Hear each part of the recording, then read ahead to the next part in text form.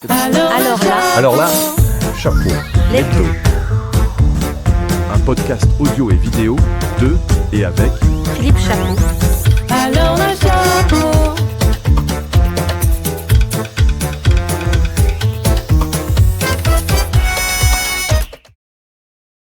Et bienvenue à tous et à tous pour ce Alors là, chapeau spécial Joachim Garraud. Salut Joachim. Alors là, chapeau. Bravo. Alors là, chapeau. Chapeau à toi, Joachim, parce qu'on s'était rencontrés juste avant le salon l'année dernière. C'était super. Tu étais avec nous. Tu nous as présenté tes beaux projets et plein de Oui. choses inspirantes. Et là, on va parler. Alors, je voulais d'abord commencer avec toi sur l'univers de la radio, parce que c'est quand même ce qui nous concerne, nous, la lettre pro de la radio, et puis alors la chapeau maintenant encore plus. On est là, donc ce podcast est là pour saluer celles et ceux qui font, qui ont fait, qui font et qui feront la radio d'aujourd'hui et de demain. Et on espère qu'elle a de l'avenir, cette radio, et on va en parler aujourd'hui. Donc, ton parcours, toi, dans la radio, il a commencé très tôt, avec ton rôle de producteur à Maximum, dès 89, si je ne me trompe pas. Alors, Et un petit puis, peu même avant, hein, parce que Même avant j'ai bourlingué avant, encore plus jeune. Mais disons qu'à Paris, en version nationale, oui, ça a démarré Maximum en 89.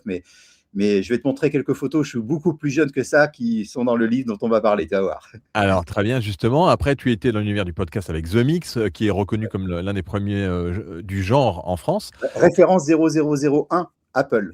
Apple FR. 0001. FR, Comment est-ce que d'abord ces expériences, elles t'ont façonné professionnellement et humainement dans le milieu de la radio? La radio, Moi, la radio, ça a toujours été un amour indissociable de la musique et de la production. C'est-à-dire que s'adresser aux gens en direct et échanger avec le plus grand nombre, c'est pour moi, en tout cas, un peu une petite définition, en tout cas, d'une émission de radio.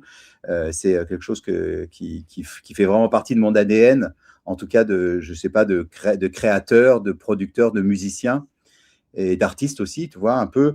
Je pense que tout ça mélangé fait que le média radio est un média incroyable, et c'est vrai que je suis tombé dedans tout petit.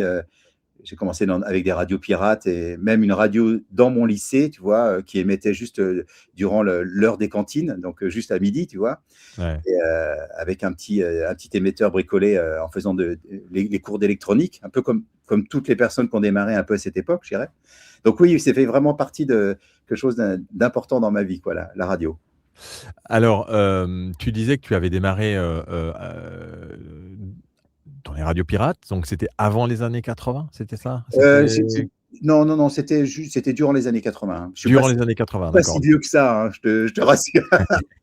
81, donc 84, moi j'ai commencé, disons que il y a eu des radios pirates qui ont continué à exister, même après 81, si tu veux, qui a été la libération officielle de la FM, tu vois.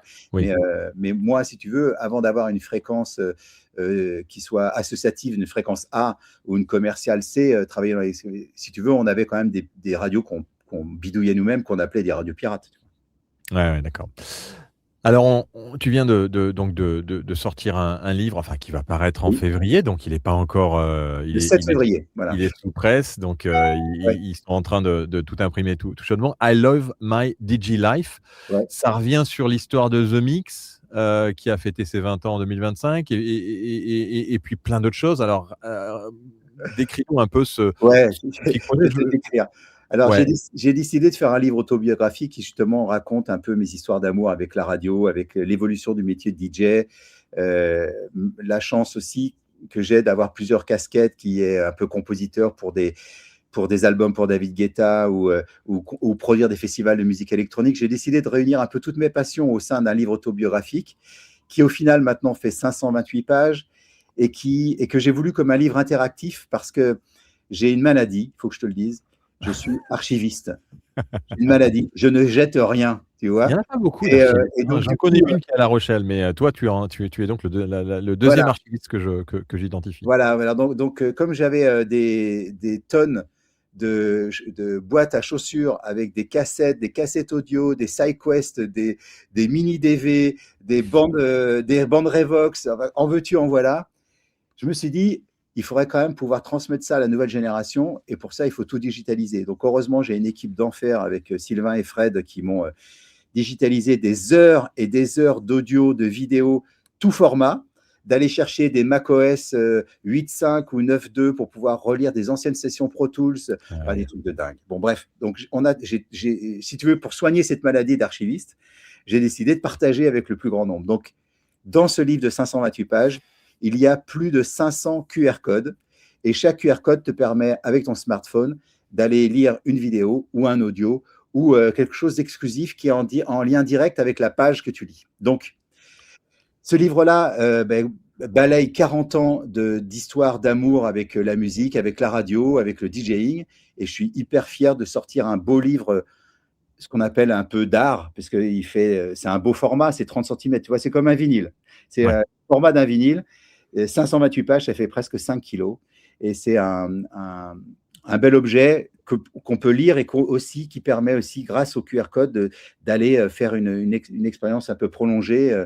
Je trouve ça super, ce format hybride. Et donc, du coup, il y a un gros chapitre sur la radio et sur les podcasts et sur la transmission, quoi. Voilà.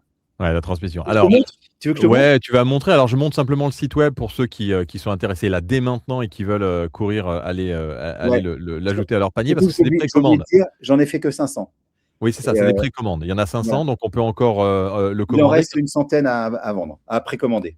Ouais, voilà. Donc, allez sur le site joachimgarraud.com et vous trouverez directement dans la partie livre la possibilité de le commander et de voir un peu les photos. Mais on va le regarder ensemble puisque tu as préparé un petit. Voilà, tu vas nous montrer quelques petits secrets de ce livre en avant-première. Voilà. C'est la fin de cette partie d'Alors là, chapeau, disponible gratuitement. C'est déjà fini ? Eh oui, c'est fini. Mais si vous désirez découvrir la suite de cet épisode, retrouvez-nous sur la lettre.pro/ALC en majuscule, ALC. Et souscrivez à un abonnement pour accéder à tous nos contenus. Ah ben d'accord. Ben j'y vais alors.